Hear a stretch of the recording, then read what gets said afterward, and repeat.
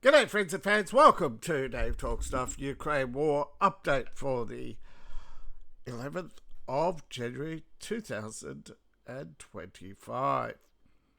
Now of course the gloves are off, almost.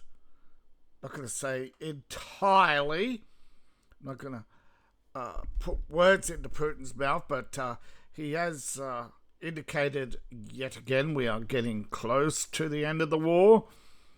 And United States and Ukraine everybody seems to think we're close to the end of the war, except for actual YouTube commentators who want this war to continue because they're profiting off it. They're profiting off it, not because they make ad revenue. That's fair.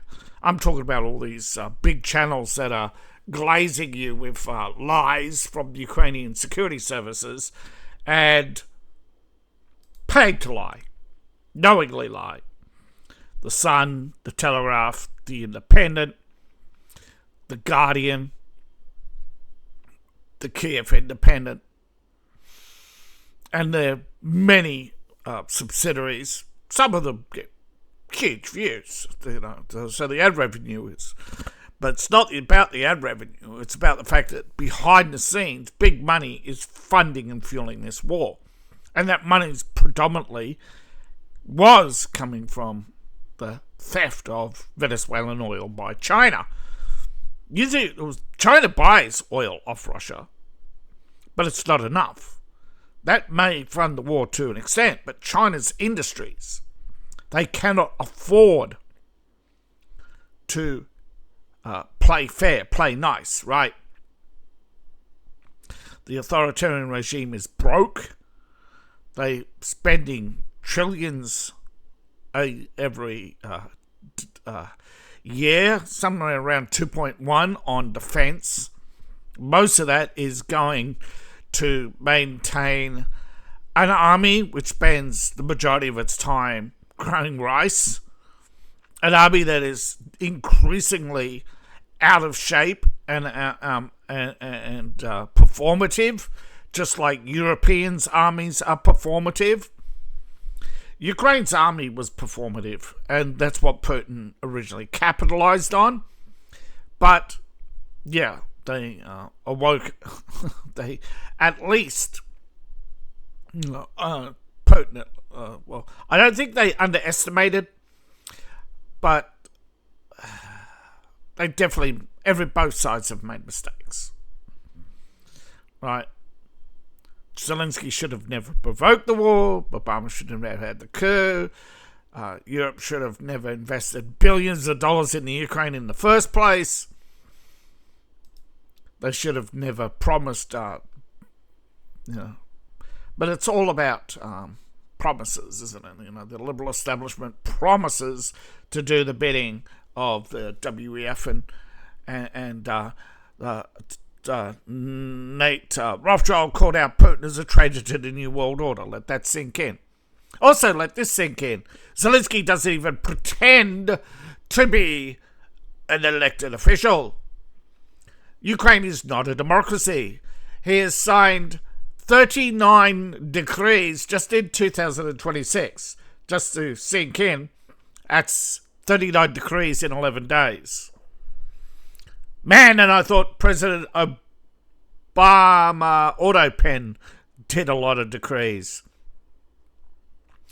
And again, he's reshuffling the leadership yet again. Now, first it was SBU, then it was the Energy Ministry, then, of course, Digital Transformation, in other words, the Ministry of Propaganda, the State's Service of State Border Service, aka the prison guards. The list goes on, right? Every day. They're having to replace people. We don't know what happens. It could be an attempt on their life. The pressure could be getting to them. Or they're having to pack their bags and run. You never know with Ukraine. But Zelensky's losing, and it's rearranging the deck chairs on the Titanic. Now, it's a matter of losing with dignity or losing with your hat handed to you. Zelensky's going to have not just his hat handed to him, but his empty wallet. He is definitely going to be taken to the cleaners. Now, of course, we do know there's a red line. We just don't know where it is.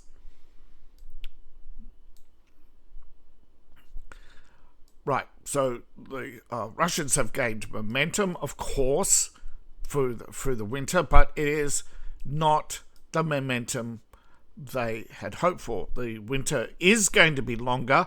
It's colder. There is more snow this year, and some say it's going to be a record snowfall today.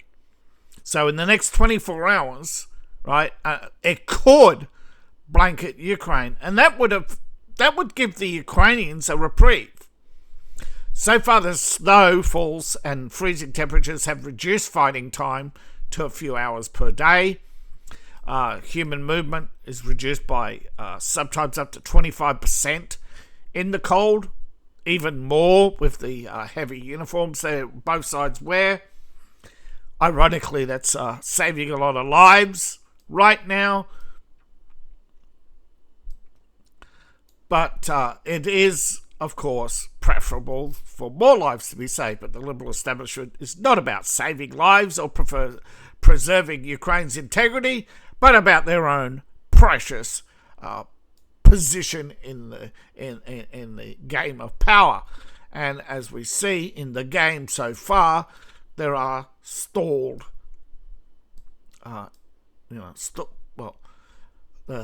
Russian grind that normally would be advancing. Now, Russia was advancing, but again, it is such little increments that you have to wait a few days, and then there'll be noticeable changes. But there have been changes. So, and don't forget, it's backwards and forwards as well.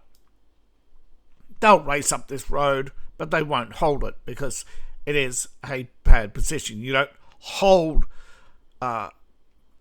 land halfway between you and the enemy's artillery. You keep your distance, grind down the enemy's artillery. Once they've relocated or forced to relocate, then you advance and hold and fire them under harassment. Most people, of course, who commentate just pretty much read the scripts handed to them. And, here we go. No change, but definitely strike on Dupilia. Where's Zelensky saying, there was no strike on Dupilia? He's got some obsession with Dupilia, but of course he's also got an obsession with Pokrovsk. But it's hard to say exactly when or where a breakthrough will come without knowing, every little thing. But we've had yesterday breakthroughs. We've had small advances today. We've had renewed river crossings with a few successful today. Now, I don't know why the Russians are obsessed with carrying out these river crossings, but yesterday, having secured Zelensky, they have set up more river crossings and more protection on for the bridges. And it looks like Ukraine is handing over the bridges anyway. But yeah, north of Zelensky, they've secured the crossing at Varinka. And here they're securing the crossing at Volyn, well, south of Volyn.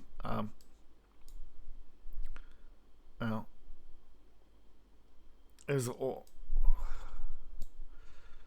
Now, I don't know. Yeah.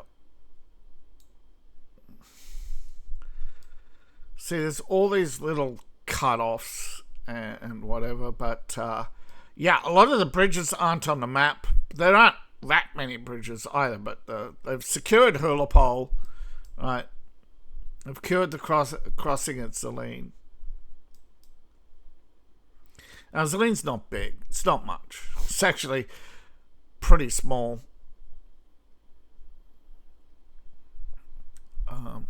But yeah, now they've secured their position here. They haven't secured it here, but they have secured it here. And they're going to, looks like, go around and secure this one from the flanks. But they also got the squeeze here, but before they could do that, they've got to secure their front lines. Now, the Russians have had stalls before, like big stall Olivink, and of course, in order to break Olivink, they need to secure the flanks and be able to put the supply lines under threat, fire control. And of course, it's different each time with each military operation, but the game loop is the same. Send in the drones, use the drones to spot missile and predominantly they use long-range drones, but they do use short-range 122s, 132s, and your 300mm cruise missiles. These are air-launched, and predominantly, of course, a lot of these air-launched missiles are in fact bombs encased with a nice shiny coat, bit of wing, and a tiny little jet, but still, technically, flying bomb, whatever you want to call it.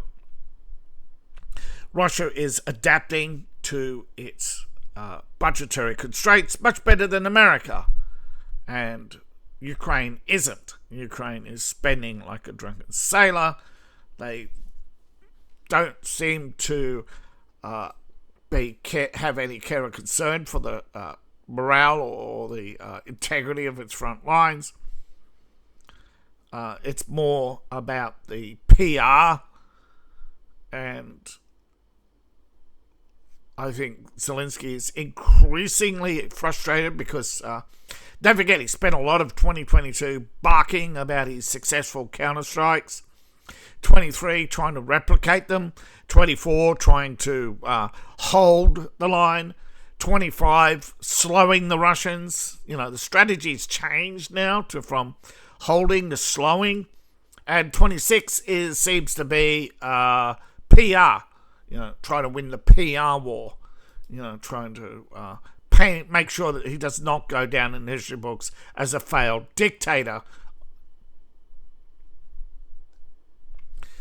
Now, Ukraine is getting hit by drones. They do seem, a lot of them are falling from the sky because they are electronic jamming. No doubt Russia takes this volume into account, monitors everything, working out strategies. Not every day is going to work, but they're not going to come out and say what works and what doesn't work. And so the media is going to speculate, make a lot of noise, talk about civilian deaths, claim Russia's lost lots of people, and everything else. But in fact, the UN is now pissed their pants because the Ornt's hypersonic missile that landed near the Polish border, apparently. Wait, what? Fragrant. Near. Not in. Okay, this is the PR war.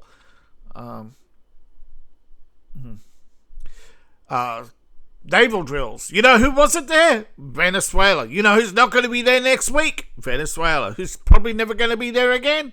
Venezuela. And you know what? Soon it's going to be Cuba, Venezuela. Soon you're going to see more and more drills between Vietnam and the Philippines. Soon you're going to have talks of reform. I don't know how many reforms the Vietnamese government will go through and talk around, but eventually they'll have to sit down with the United States and have a serious conversation, because they cannot and serve two masters. They either have to serve the American interests in Southeast Asia or the Chinese interests. They can't serve both. The Chinese will tear their country apart. The Chinese have already sent 1 million into Vietnam. So much for the Vietnamese standing strong and independent. All right. And now the Vietnamese internally are feeling very threatened because they still got high unemployment. The government's saying, no, we don't. And this is also a schism. And this is the problem when you don't have an opposition. But they do, right? This is what a lot of people don't understand about Vietnam, is they do have committees that's supposed to serve as devil's advocates, so to speak, people's committees, supposed to give the people a voice. But when the government stops listening, they're threatening their own position, because their leaders come out of these committees into the national committee. Right? You can't just join the national party. You rise through the local committees. So these local committees are talking about boycotts and union strikes because Vietnamese government, just like North Korea, is a union, right? It's a workers' union. So, of course, that is only on paper, but at least it's, the Vietnamese are still trying to work out where they want to be, because communism hasn't worked for them. Nothing has worked for them. But the one thing they don't want is to be dominated by China. Now, Ukraine was a Chinese ally, right?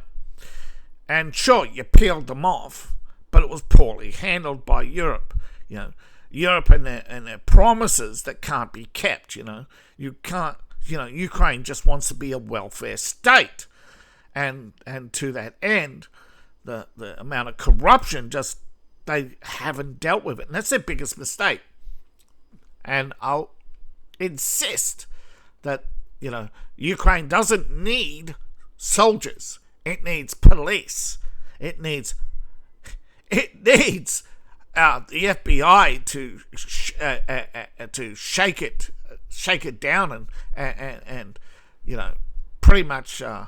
There's a problem though, is you've got to give the people more power, and the problem is the United States doesn't want to do that, because in itself would just create more avenues for liberal agitators, just like in Europe, where liberal agitators can just pretty much use every mechanism to freeze every government permanently in this perpetual state of maybe.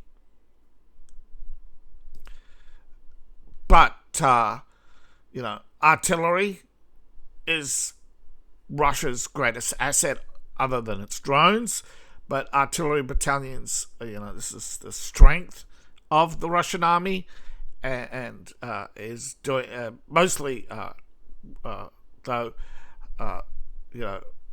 most of the forward artillery is about protecting the rear rocket artillery. They've got to be sparing with rocket artillery. They use it too much. I think it drains the coffers, and it's not always as advantageous.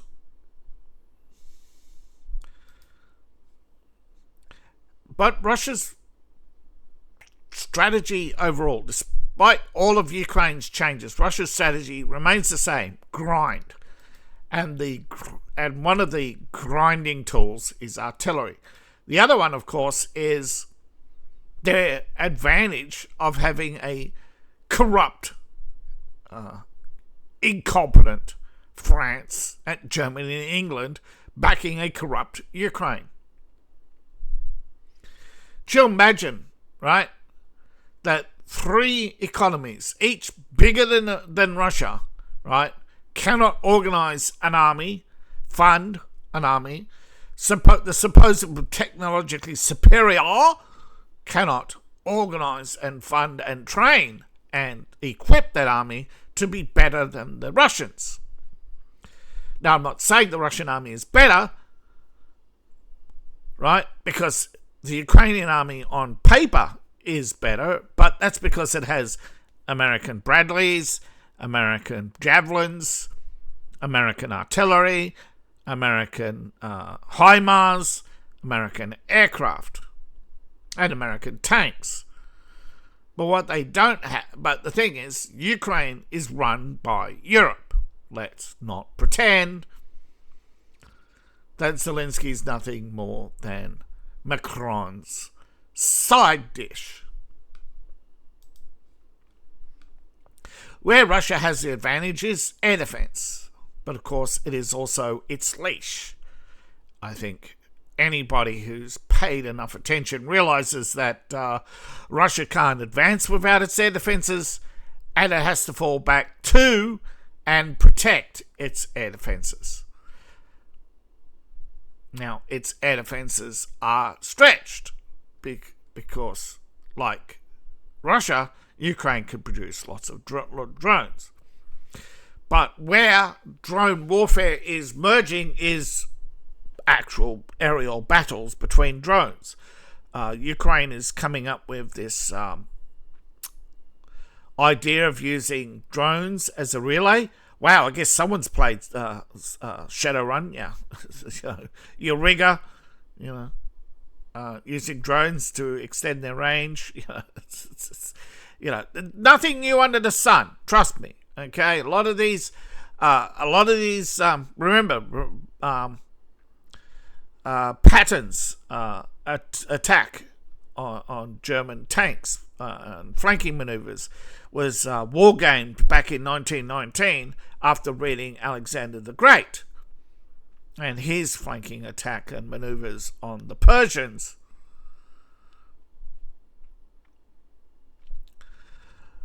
Air defenses combined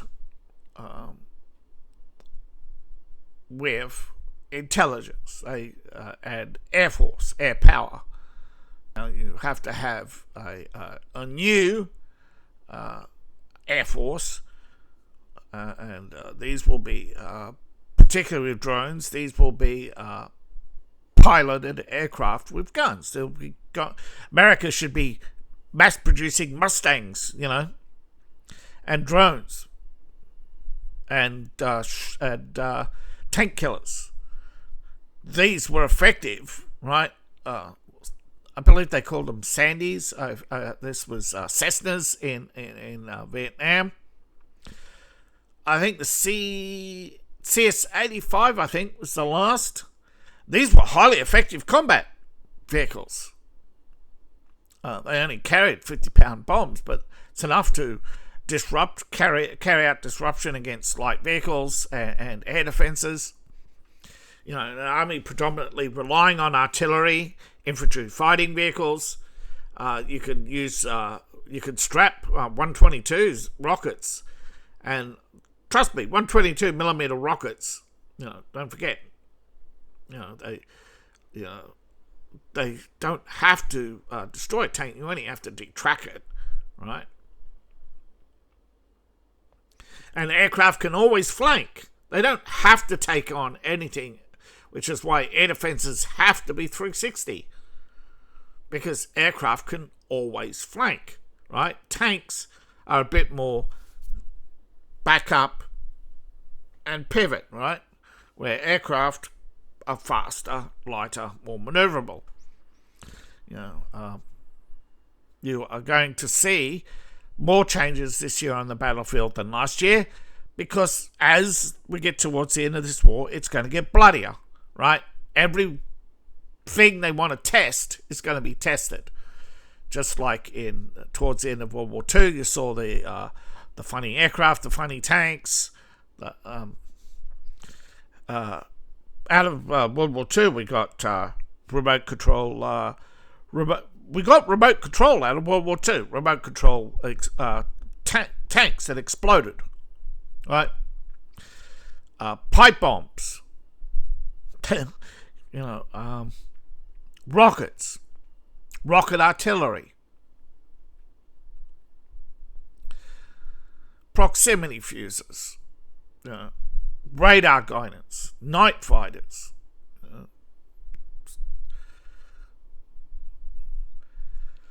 homing missiles. These all are going to be designed and redesigned and refined and poured over each side, wanting to get that, not that little edge, that they want a Wonderweapon. Oh, it's a Wonderweapon! The tiger, it is going to be wonderful.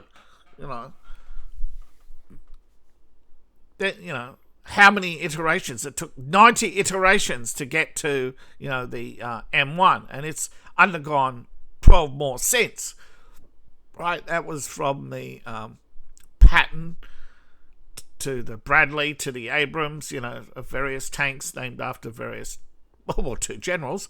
But eventually, right, you're going to get to the point where, tanks are going to be infantry support vehicles. Infantry fighting vehicles are going to have tank killer missiles and chain guns. You're going to have behind that rail guns, fixed artillery points, and lasers for high speed, for air defense, because they're good at missiles, aircraft. Missiles are going to play their role. I mean, it's going to be an expanded battlefield from 3 to 5 lines. You're going to see a lot more bridging and trenching equipment coming out, because it's about advancing and holding. In World War II, it was advance, bring up supplies, advance, bring up supplies, trying to keep the Germans from counterattacking. But those armies ground down and did as much damage to themselves, to their own countries, bringing them to the brink of collapse. This is why you're seeing right now this war being so restrained, and more calls for restraint. There are actually calls for de-escalation, even within France, where they think that the Ukraine war is a threat to the NATO and NATO alliance, that they can't secure a victory in Ukraine. That this is, of course, nonsense, right? It's NATO shouldn't be expanding and looking to expand and looking to prove its worth with a war in Ukraine, because then you're just defining your role as and looking to move, because they're not defending Europe, they're defending Ukraine. There's a difference, right? You're defending territory you want to take. That is imperialism. That is, the liberal establishment, however, has the number one rule is rules are for thee, not for me. It's not. Rule 2 is it's not fascism when we do it. But Russian air defense is of course is the very thing they're looking to defeat, right? To make sure that American air superiority, because that's what Europe relies on. It's the same with tank superiority. They rely on that, and the artillery. Well, they did have for a while, and hopefully that they stop trying to one-upmanship each other, and that is trying to constantly increase destruction. We have too many weapons as it is, okay? The armies are too bloated with all these weapons and stockpiles, right? During the first few years of the Ukraine war, just hundreds of tons of arms and munitions were exploded, billions of dollars worth of stuff up in smoke. And I'll quote J.K. Rowling on this, right? Each failure was stripping away the layers, the excess. So, I think that's why they're continuing this war, is to strip away the excess. They'll find out what weapons only work on paper, what weapons, the bang for buck ratio, and drones, particularly America's M4, M5 buzzsaw, which I think is ironically named after a buzzsaw, I believe, was German code word for the M42 German machine gun. Is that M42? Or I'm talking about the light machine gun, not the submachine gun. Yes, so I think the light machine gun was M42 and the submachine gun was MP40. Though there was a 42 and another model after that, but the 42 I think was actually only introduced late in 44, and the later model actually was picked up by Heckler & Koch after the war because it never made it to the front line. Now, if the Germans, had a reliable 9mm submachine gun with a high fire rate, high accuracy, things might have been different, definitely. And the Allies probably would have sued for peace. This is what happens, what they're trying to do in Ukraine, right, is to find a wonder weapon. Right, in World War II, it was the atomic bomb. Well, that and tank superiority. And that's what they're trying to find in Ukraine. Some drone or tank or anything that will give superiority to make Russia crumble. And that's why, again, they're stripping off the land, sending so much stuff in, trying to find what to get rid of. And as we've seen in America, so far that's towed artillery. They are looking, the MX-10 has been replaced with the MX-12. The MX-12 prototype has been tested, and it appears to be replacing the late 26, 27 early production models for self-propelled guns, and a lot of your self-propelled guns currently in the United States will be replaced with Abrams self-propelled guns, and the ones they have now will go to NATO, hand-me-downs. But I think the Archer and the Caesar and all those big guns they have in Europe, I think because they take too long, their bang for buck is pathetic compared to a HIMARS, plus the laziness, the French laziness, and the tens of thousands of dollars they spend, just polishing the gun. Wow, they're really obsessed when you're spending that much money to polish a gun, right? But that's where the Ukraine war is. It's exposing levels of corruption we've never seen before, and we're starting to realize it's not a few. It's many. It's every defense contractor. It's every defense worker. It's every paid by the hour worker who stretches their 8-hour day to 12 hours day in, day out, and produces less than your average Temu factory. And I'm not saying that Chinese workers are that productive, right? But there's at least a bit. Their productivity is ahead, and same with Russia. Their Russian productivity is ahead. And remember, you won World War II not on weapons, but on productivity. The ability to replace your battlefield losses, right? You lost more tanks than the Germans did. But, history books are always written by the winners. They always massage the numbers. And you bet you right now the mainstream media is going to massage Ukraine until they get the results they want. And the results, that is going to be the end of the mainstream media, as more people, and some YouTube channels too, they all depend, all those who depend on something die when that something goes away, whether it's war, all the war profiteers go away, which includes the mainstream media, because who pays attention to the news other than the weather, except when there's a war on, or maybe a sporting event, Yeah, that's right. Political channels don't get as many views as gaming channels. And that's why, the main establishment is panicking, why they're trying to destroy video games.